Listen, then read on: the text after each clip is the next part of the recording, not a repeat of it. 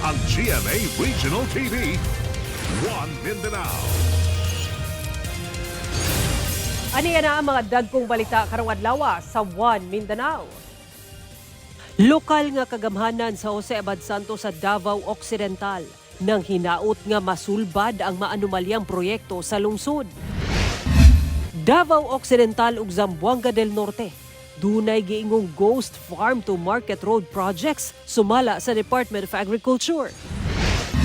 Flood control project sa Kauswagan, Lanao del Norte nga daling naguba, gireklamo sa lokal nga kagamhanan. Cagayan de Oro City Health Office gibutyag nga sa 19 ka water samples nga gitest, 16 ang nagpositibo sa bakterya.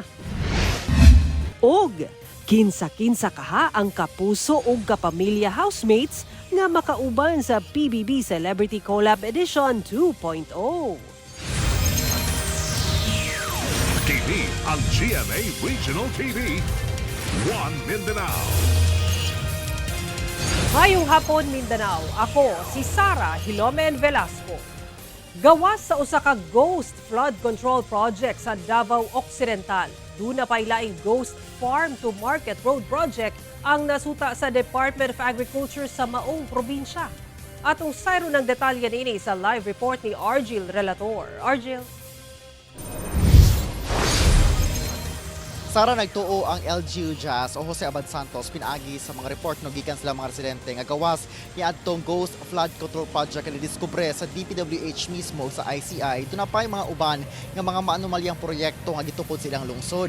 Ugani ang Department of Agriculture mibutyag nga ang Davao Occidental usa kana sa duha ka mga probinsya sa Mindanao nga doon na matudpay na diskubreng ghost farm to market road. Apan ang DA wala nagibutyag kung unsa kini nga mga lungsod.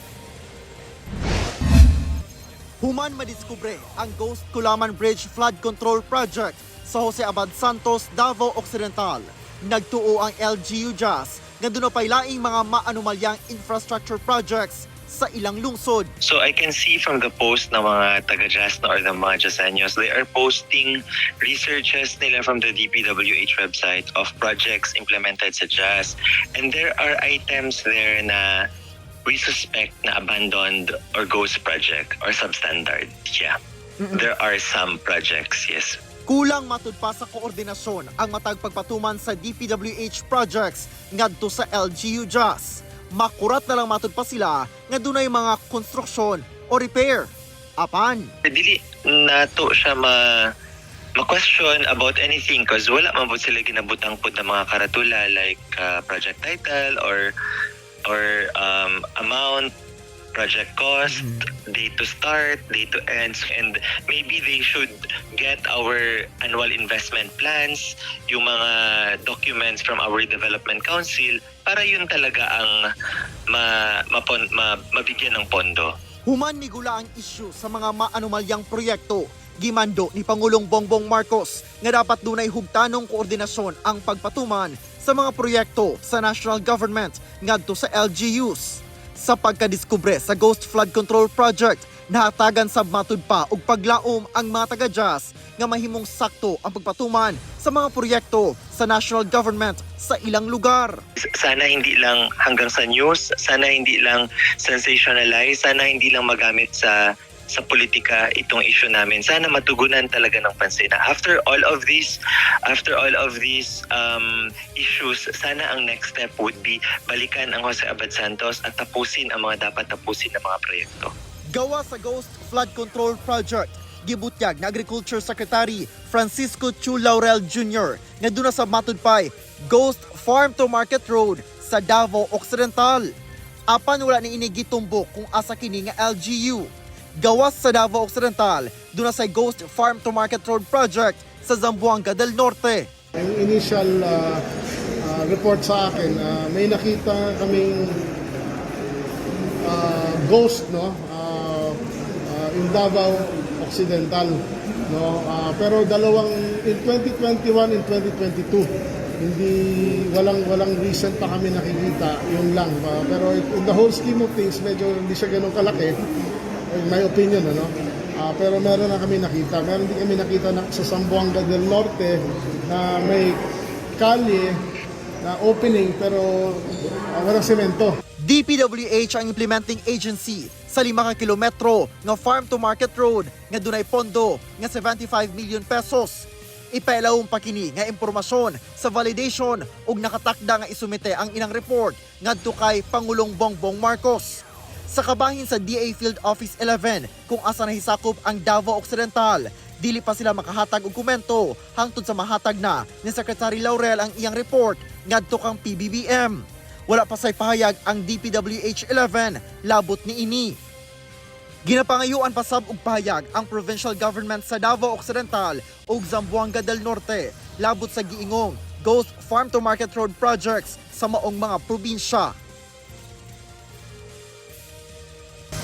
Sa impormasyon ato nakuha karon lang hapon, dili na matud pa mo pagwala og komento ang DA Regional Field Office 11 labot sa giingon og gibutyag ni Secretary Laurel nga Ghost Farm to Market Road. Kini aron nga masiguro nga dili makompromiso ang proseso ug integridad sa nagapadayon nga investigasyon. Sang dita paghatag matud pa og dugang detalye o mga opinyon karong panahona kay posibleng makapahuyang sa proseso ingon man mosangko ngadto sa misinformation. Apan sumala pa ang DA 11 committed gihapon sa accountability o transparency sa ilang mga proseso ug full support ang ilang ihatag ngadto sa makuti ug impartial nga investigation. Magigalayon sab ang ahensya ngadto sa mga otoridad sa ipigayon nga mga inquiry. Sara. Okay, dagang salamat, Argil Relator. Gireklamo sa Vice Mayor sa Kauswagan, Lanao del Norte ang dulan 30 million pesos nga flood control project sa ilang lungsod nga dali ramatod pa naguba. Naisayran sab nga substandard ang proyekto tungod walay mga bakal. Ang detalye sa report ni James Paulo Yap.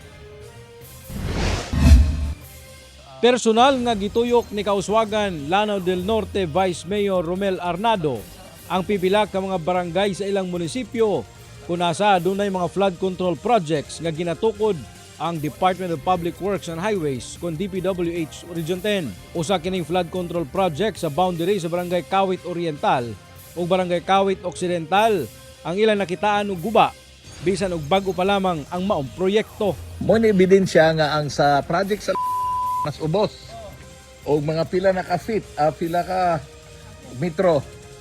Ang kanang din ha, mo ginay untay eksakto. Nasayran sab nga dili magtakdo ang trabaho sa managlahing kontraktor sa flood control project. Very weak ang quality ng pagka-construction. At saka nung tinignan ko yung mga baba, yung sa ilalim, walang mga bakal at all. At saka yung kanyang mga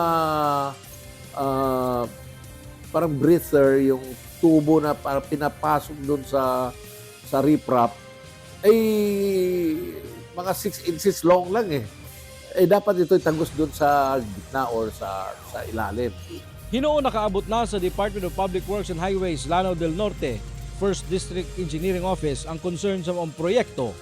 Ug aduna na sab sila ginahimong lakang niini apan gipasabot sa DPWH 10 nga tuig 2018 pa nahuman ang proyekto sa Barangay Kawit, Lanao del Norte nga adunay project number 18 KF0039. January 2024, dahil nag-inspeksyon ang DPWH-10 sa maong proyekto ug nakitaan kini og damage tungod sa mga niagi nga mga bagyo. Sa maong tuig sab, nag-expire ang warranty period sa proyekto ug dili na obligado ang kontraktor sa pag-repair niini.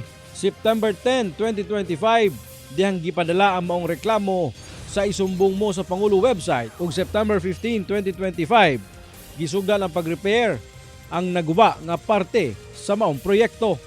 We are happy that we now have the ICI that can focus on this investigation dahil kung hindi natin magagawa to, may patuloy pa rin yung pagnanakaw, yung pag-take advantage sa pira ng tao. Subling gibarugan sa DPWH-10 Lanao del Norte 1st District Engineering Office nga walay irregularidad ang mga proyekto nga ginapatuman sa ilang nasakupan. Andam sab kuno ang DPWH-10 nga mo-kooperar sa tanang investigasyon nga himuon sa ICI.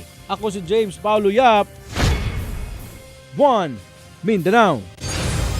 Gipasalig si Vice President Sara Duterte nga bisan imando pa sa International Criminal Court o ICC nga isulod sa bunker alang sa house arrest sa Davao City si kanhi Pangulong Rodrigo Duterte ugaling maoprobahan ang hangyong interim release tumanon gayud nila. Gisiguro sab niya nga makatambong si FPRRD sa mga hearing.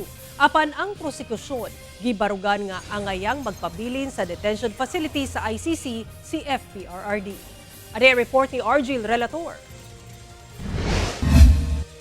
Sa dokumento nga gipagula sa ICC gikan sa prosekusyon sa kaso ni kanhi Pangulong Rodrigo Duterte, nakalatin ang pagbabag sa prosekusyon sa hangyo nga interim release ni FPRRD.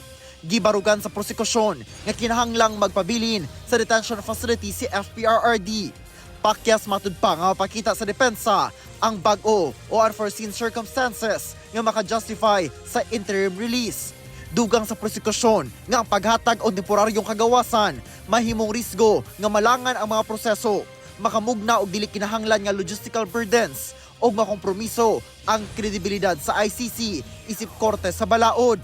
Gifile kini sa prosekusyon human gipahibalo sa depensa sa ICC nga wala matud pay objection ang gobyerno sa Pilipinas sa mga hangyo nga interim release ug anda motuman sa mahimong desisyon sa ICC.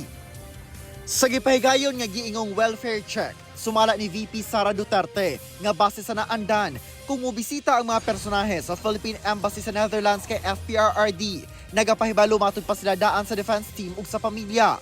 Apaning bag-o lang, wala matud pa sila nagapahibalo. Kani adto, nagaadto matud pa ang taga-embassy kang FPRRD alang sa specific nga rason ug dili tungod mag-welfare check.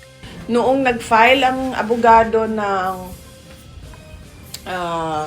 indefinite adjournment noong proceedings, suddenly meron ng welfare check na ginawa yung officials ng embassy. At kung makikita mo doon sa report, ay ini-interview nila si dating Pangulong Rodrigo Duterte. Daw naghimo na matud pa og assessment ang taga-embassy sa panglawas ni FPRRD. I see malice in that. Number one, they never did a welfare check. Number two, they did not coordinate with the defense team. They did not inform the defense team or the family members who are at that time in The Hague. Una na gisulti sa ICC nga ginakuhaan og pagtugot ang mismong detainee labot sa consular access. Apan wala na matud pa kini gipangutanan ni VP Sara sa iyang amahan. Oo, kung ako, Davao City talaga. Davao City, Philippines. Kahit house arrest yan doon, kahit na gusto ng ICC na ilibing sa ilalim ng bunker yan na yung house arrest niya, walang problema sa amin, gagawin namin yan. In fact, I think mas makabuti pa nga kung ibigay na lang yung interim release na yan because we can encourage him to cooperate sa mangyayari na trial kung meron man. Dugang sa bise nga importante sa ilang pamilya ang word of honor busa ugaling maaprubahan ang interim release. Paniguraduhon nila nga ang tanang hearing nga gimando sa ICC tambungan gayod ni FPRRD. Ako si Argil Relator. 1 Mindanao. Padayon ang Cagayan de Oro City Health Office sa ginahimong water sampling and testing sa mga poblasyon barangays sa downtown Cagayan de Oro City. Kinigumikan sa kaso sa acute gastroenteritis. Samtang tubig sa upat ka mga mall sa syudad, nakitaan sab og kagaw nga posibleng usas sa mga rason sa pagsaka sa kaso karong bulan sa Setyembre. Ani report ni Cyril Chavez. Gibutyag karon sa Cagayan de Oro City Health Office nga 19 ka mga water samples ang ilang gipailawom sa testing aron makita kung kontaminado ba kini sa mga bakterya. Kini kabahin sa ilang investigasyon sa kalit nga pagsaka sa kaso sa acute gastroenteritis o stomach flu sa syudad karong bulan sa Setyembre. Matod sa ahensya, sa 19 ka samples, 16 niini ang nakitaan og coliform bacteria o fecal coliform. Kini nga mga kagaw mahimong rason sa pagsakit sa tiyan, kalibanga, hilanat ug pagsuka. Amo mga samples gikan sa tubig nga ilang nakuha sa mga poblasyon barangay sa syudad, lakip na sa upat ka mga mall nga ana sa downtown area. Kasagaran sa mga pasyente na that we're able to experience AGE, dunay history na nakakaon sa mga establishments nato. So mo na nga gi-call nato atong ilang attention. Busa ang CHO uban ang COWD ug mall management gi-address ang problema ug nagpahigayon na sila og dugang lakang aron malimpyo ang ilang water systems. Ipailuwong pasab sa CHO sa dugang testing ang tubig sa mga mall ug kinahanglan nga magnegatibo na kini sa kagaw. Sa pagkakaroon, wala lang sa nagpagamit sa ilang mga tubig para imnon no sa ilang mga kliyente coming from the service sa ilang gripo no. Dugang sab sa ahensya nga sobra gatos ka mga individual ang na-admit sa ospital tungod sa acute gastroenteritis. Sobra gatos sab ang mga outpatient og sobra 50 ka tawo ang miduaw sa mga health centers. Sa ilang tala, nag-edad og 20 hangtod 30 anyos ang sagad sa naigo sa mong sakit og usa ka 6 months old sab ang pinakabatang naigo niini. Hinoon, dili daw ikaalarma ang sitwasyon sa syudad. Sumala sa CHO. It happened lang, di ba? Doon na ito yung mga bagyo, ulan-ulan na buwan. So, most probably, mga contamination na dahil sa ato mga water system na itapo. Kauban si Jaybert Pairat, Cyril Chavez. 1. Mindanao. TV ang GMA Regional TV. 1 Mindanao. Arestado ang usa ka tricycle driver human gisulayan matud pa niini og lugos ang usa ka 11 anyos niini nga babaeng pasahero sa General Santos City.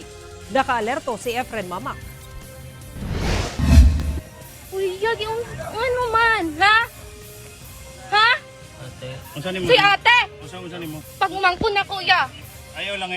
Wala man yang sabi kusog na kumsumbago na. Wala kapugong sa kasuko ang kabanay sa 11 anyos nga batang babae nga pasahero ni ining 34 anyos nga tricycle driver human kini na corner sa mga concerned citizen samtang nagmaneho sa iyang tricycle sa kasagutang bahin sa Purok Mudia Extension Barangay Labangal, General Santos City mag-alas 6 sa gabi niyadtong Sabado. Nagkadugo ang bahin sa wala nga mata sa maong tricycle driver human gitabangan kini og sumbag sa mga residente. Nasayran nga ang maong tricycle driver misulay kuno og lugos sa maong pasahero human niini gipanghatod ang laing tulo ka mga pasahero nga estudyante banda alas 5 sa hapon sa susamang adlaw. Gidala kuno niini ang bata sa kasagutang bahin sa maong lugar aron lugoson. Anong gisumbag man nimo sa tiyan niya? Kagawad!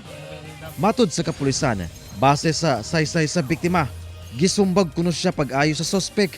Mayo na lang kay nakasibat ang biktima. Kwento pa ng biktima natin, which is a minor, no? Tinabunan na yung buhanga niya, and then sinuntok na siya sa sikmura, sinuntok na din siya sa muka. Buti na lang at nakapumigla siya, nakatakbo siya, nakahingi siya ng tulong dito sa ating mga concerned citizen. Then pagbalik na nila sa area, inabutan ng concerned citizen yung ating suspect at doon na siya inapprehend. Aminado ang suspect nga misulay kini og lugos. Apan wala kini niya gidayon sanglit na hunahunaan kuno niya ang iyang mismong anak. Wala man ako sir nga gi dayon po nga ako ang kay naluoy ko po kay na ginaisip ko man ang akong anak po sir. Sining ko gang iatod na lang ka sa inyong hands kay naluoy na mao kadto mo to nga siling sa kuha. Kuya hindi na lang ko hindi na lang ko magsakay magbaktas na lang ko. Mo to sir nga naglakaw mo pud siya po. Ana-ana sa ginikanan niini ang biktima. Ginakuwaan pa kini og pahayag. Samtang tulo ka kaso ang posibleng atubangon sa suspect. Ngayon na ongoing ang ating inquest proceeding no, sa Fiscal's Office and magpa-file tayo ng complaint in relation that sa RA 7610, yung act of lascivious business, physical assault, saka emotional violence. Igo na lang sa pagpangayo og pasaylo ang nahimo sa suspect ngadto sa kabanay sa biktima. Mga ko sila pasaylo naunta kay naluoy man ko sa ila wala ko manggiun sa dayon na nga ako nga plano sa iya hakot ko anak ko nga ginabuhi tapos na po na mama po na ako nga ginabuhi. Kauban si Gary Balantay ug Bong Vicencio, Efren Mamak. 1 Mindanao. Kapin gatos ka loose firearms sa Zamboanga del Sur ang gipangguba. Samtang kapin 60 ka anak sa mga nagsurrender sa maong mga armas, gihatagan og scholarship sa gobyerno. Wabo sa 119 ka loose firearms ang gipangpisat gamit ang pison sa Provincial Government Complex sa Barangay Dao sa Pagadian City adlawng Lunes. Ang maong mga armas gisurrender ubos sa Small Arms and Light Weapons Program sa gobyerno isip kabahin sa hugot nga kampanya aron mapugnan ang paghitak sa mga illegal nga armas. Samtang yatagan sabog scholarship grant sa provincial government ang 64 ka anak sa mga mitahan sa maong loose firearms nga mga kanhi rebelde o pribadong individual. Ang aktibidad gitambungan ni Office of the Presidential Advisor on Peace, Reconciliation and Unity Secretary Carlito Galvez Jr., mga opisyal sa probinsya ug sa 53rd Infantry Matapat Battalion sa 1st Infantry Division sa Philippine Army. Sumala ni Galvez, importante ang edukasyon aron magpabilin ang kalinaw. Gipanawagan sab sa LGU ang kooperasyon sa barangay, pulis ug militar alang sa kalinaw. Samtang formal sab nga gi-turnover sa OPAPRO ngadto sa probinsya ang fund assistance alang sa bridge construction sa Barangay Pisumpungan sa Midsalip, Zamboanga del Sur.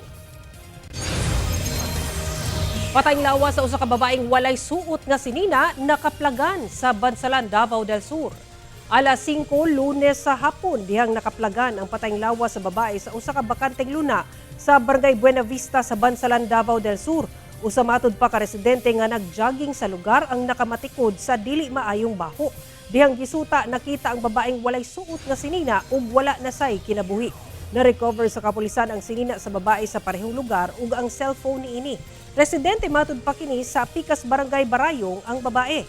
Giproseso na sa forensic unit ang crime scene ug sutaon ang hinungdan sa kamatayon sa maong babae. Duha ka mga bagong garbage compactor truck sa bagong garbage collection contractor sa Cagayan de Oro City nalambigit sa aksidente sa kalsada. Hinuon giklaro sa Klenro nga dili kini makaapekto sa pagkolekta sa nagtapunog nga basura. Ani report ni Cyril Chavez. First day pa gani. Unang adlaw sa pagsugod sa pagkolekta sa basura sa syudad ni adtong Biyernes. Nasangit ang usa ka garbage compactor truck nga iya sa bagong garbage collection contractor sa Cagayan de Oro City sa usa ka kotse nga nakaparada kilid sa dalan. Sa laing hitabo, adlong Sabado, nabangga ang laing garbage compactor truck sa laing kotse sa Rodelsa Circle sa Barangay Nazareth ning syudad. Naghatod kini og bugat nga dagan sa trapiko sa maong lugar. Tungod sa hitabo, na-impound ang mga truck sa impounding area sa syudad, human nga walay na ipakitang official receipt o Certification of Registration kun ORCR.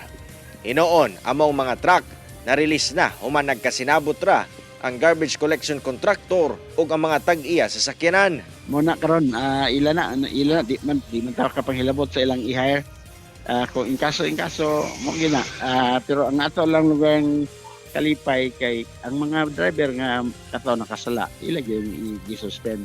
Dugang sa Klenro nga dako ang ilang pasalamat sa kontraktor nga misugot kini nga mangolekta og basura bisan pa man nga karong simanaha pa nga madawat niini ang notice to proceed gikan sa LGU. Tungod niini naminusan na ang basura sa syudad. Apan sayod ang ahensya nga daghang lugar pa ang wala makolektahi og basura. Gani sa paglibot sa GMA Regional TV 1 Mindanao, amo pa naabtan nga gihakot ang mga basurang nagtapunog sa makanhan sa Barangay Carmen. Ang karon ng lugar kining ilang inisyal nga gihimo di pagid maka-accommodate tungod sa volume sa mga basura nga nakatag na daan sa mga dalan.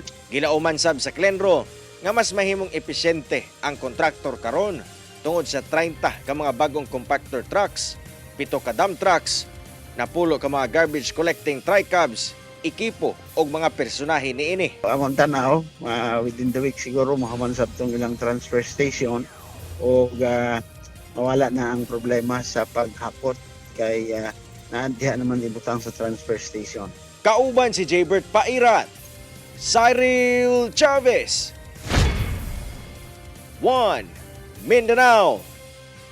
Pipila ka mga barangay kapitan sa Cagayan de Oro City ang mialma tungod gikibhangan ang ilang National Tax Allotment kun NTA. Ang NTA diha ginakuha sa barangay ang pasweldo, honorarium ug ubang serbisyo nga gidalit sa barangay. Ani report ni James Paulo Yap. Nakurat karon ang pipila ka mga kapitan sa Cagayan de Oro City. Human sila nakadawat og sulat gikan sa Philippine Statistics Authority kon PSA. Human nga nakibhangan ang ilang National Tax Allotment kon NTA. Usa ang Barangay Baikingon, nga nakuhaan ang ilang NTA. Sumala sa ilang kapitan nga si Joe Gumapak nga kapin 300,000 pesos ang nawala sa iyang national tax allocation. Dako na matud pa kini og epekto sa iyang barangay. Ang national tax allotment mo na nga mong bread and butter. Diha gid namo tanan sa barangay. Nga diha gid namo kuhaan tanan ang source sa pagtuyok sa pagbatakang serbisyo sa matag barangay. 55% matud pa sa ilang NTA gigahin alang sa mga sweldo ug honorarium sa mga empleyado. 20% ang para sa programa sa infrastructure. Sa NTA subkuhaon ang para sa SK ug mga senior citizen. Gisuway nila kini og apila sa Philippine Statistics Authority apan pinal na matud pa kini. Wata mahimo kay final na kuno ang kining budget. So ang ako lang karon mag-usab og budgeting, kuhaan ako tong ang MOE na tingali nako nga kanang fund para sa ako ang revolving. Pagpasabot ni Philippine Statistics Authority Region 10, Regional Director Janet Aves nga dili matud pa sila ang nagkontrol sa pag-alokar sa budget apan gibase kuno sa Department of Budget and Management o DBM sa Census of Population sa matag barangay. Base sab sa ilang census, pipila ka mga barangay ang nakuhaan ng populasyon butang nga nakaapekto sa NTA. Nakita nato no sa numbered barangays nga daghan na gid kaayo sa poblasyon gyud nga mga commercial buildings na siya. So daghan na ang nag-transfer to other barangays kay nakita man pud nato sa other barangays nga nag-increase pud ang ilang population. So meaning migration lang within the city. Dugang niini nga aduna sa mga barangay nga misaka ang national tax allotment hantod 3 million pesos. Kini tungod sab sa pagdaghan sa ilang populasyon o mga negosyo sa ilang lugar. Kauban si Makoy Sempron, James Paulo Yap, 1 Mindanao. Lalaking negosyante sa Valencia City, Bukidnon ang patay na dihang nakaplagan human nga gipusil sa wala pa mailhing sospek.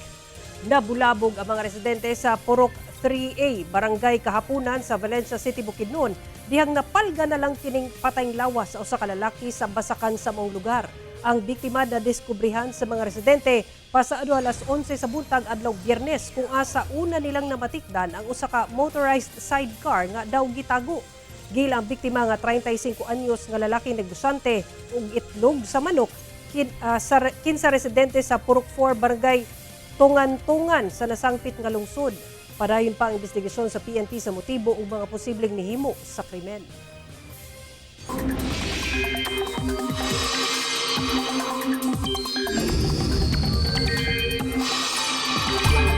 Dunay bagong low pressure area nga namugna og nasiplatan duol sa Philippine Area of Responsibility. Ulay kining nasiplatan kaganinang buntag sobra 1,000 kilometers sa sidlakan sa southeastern Luzon. Sumala sa pag-asa taas ang tsansa nga niining mosulod sa PAR ug dunay medium nga tsansa nga mahimong bagyo. Kung mamahimo kining bagyo, panganlan kini og bagyong Paulo. Gawa sa LPA magpadayon ang easterly so ang init nga hangin nga posibleng magbugda og thunderstorms ug magdala og mga pag-ulan. Base sa datos sa Metro Weather, halos tibok Mindanao ang ulanon. Dunay kusog nga ulan sa Caraga, Davao Region, Soccergen ug Zamboanga Peninsula. Posibleng kusog sab ang pag-ulan sa pipila ka lugar nga moresulta sa pagbaha o landslide busa mag-igmat kanunay mga kapuso. TV ang GMA Regional TV, 1 Mindanao. Padayon ang pagpangandam sa NCAA School sa alang sa giatangang pagsugod sa NCAA Season 101 ugma Oktubre 1. Ani report. Magsugod na ang bagong season sa NCAA, ang NCAA Season 101. Dungan sa pagpangandam, duha pa ka member schools ang nagpahigayon og pep rally.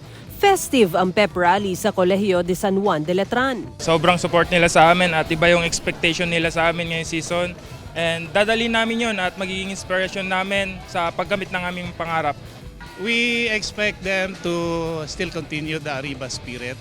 Our teams are learning from these experiences, these successes. Yung 101 belongs to Letran. Big boost daw kini nga pep rally para sa Knights nga unang modula sa basketball tournament. Sa gym sa University of Perpetual Health System Dalta sa Las Piñas, misalmot sa pep rally ang teams gikan sa nagkadiang sport. Excited silang sugato ng Season 101 nga dungan sab sa pagsaulog sa ilang anibersaryo. There's a saying that everything you touch will turn into gold. So this year, as we celebrate our 50th anniversary, I believe our players are ready to go for the gold. Confident but not too confident. Ano lang, nasa level lang kami na game at a time. Tsaka sobrang excited kasi madaming pumasok from juniors. At ang pagsugod sa NCAA Season 101 ugma Oktubre 1. Sara Hilomen Velasco, 1 Mindanao. It's official! Magpadayon gihapon ang 20th anniversary celebration ni Kuya, kauban ang kapuso ug kapamilya celebrities. Mag-collab na sab ang Big Brother House, ang Sparkle ug Star Magic Stars. Fresh set sa mga batanong Pinoy ang mudawat sa hagit nga magpakatinuod. Mailhan na ang housemates this October dinhi sa GMA. Para sa updates, tutok lang sa official social media accounts sa GMA ug PBB.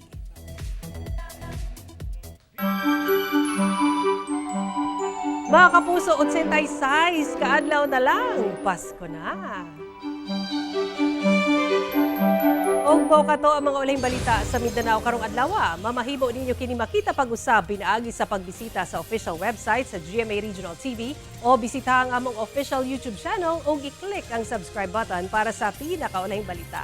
Daghang salamat sa atong mga kapuso sa Mindanao nga naglantaw kanamog sa atong mga kapuso abroad. Padayon lang sa pagtutok sa mga lokal nga balita matag adlaw tungod sa GMA Regional TV, Local News Matters. Kami ang GMA Regional TV 1 Mindanao. Tibok pwersa para sa mas na komisyon ug mas halapad nga pagserbisyo sa nasod.